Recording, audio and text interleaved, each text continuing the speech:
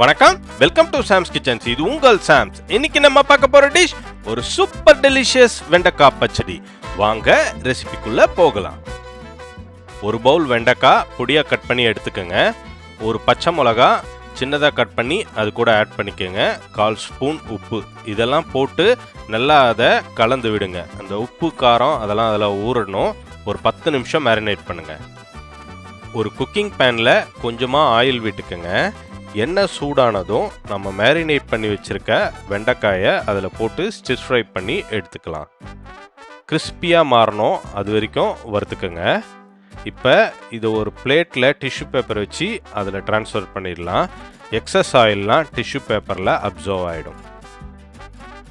இப்போ ஒரு அரைப்பு ரெடி பண்ணிக்கலாம். அதுக்காக 3 ஸ்பூன் தேங்காய் பூ, கொஞ்சமாக கடுகு, கொஞ்சமாக சீரகம், 2 பச்சை மிளகா.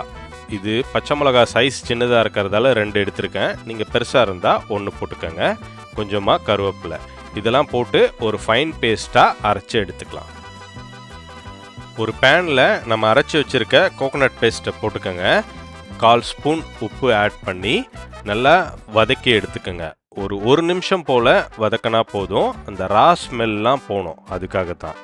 இப்போ ஸ்டவ்வை சுவிட்ச் ஆஃப் பண்ணிவிட்டு 3 ஸ்பூன் தயிர் ஆட் பண்ணி அதையும் நல்லா கலந்து விடுங்க. அந்த டெக்ஸ்சர் மாறக்கூடாது. ரொம்ப ஜென்டிலாக மிக்ஸ் பண்ணுங்கள். இதை ஒரு சர்விங் பவுலுக்கு ட்ரான்ஸ்ஃபர் பண்ணிடலாம். பேரலாக ஒரு தாளிப்பு ரெடி பண்ணிக்கலாம். அதுக்காக கொஞ்சமாக தேங்காய் எண்ணெய் சூடானதும் கொஞ்சமாக கடுகு பொரிஞ்சு வந்ததும் காஞ்ச மிளகா, கொஞ்சமாக கருவேப்பிலை இதெல்லாம் போட்டு தாளிப்பு ரெடி ஆயிடுச்சு.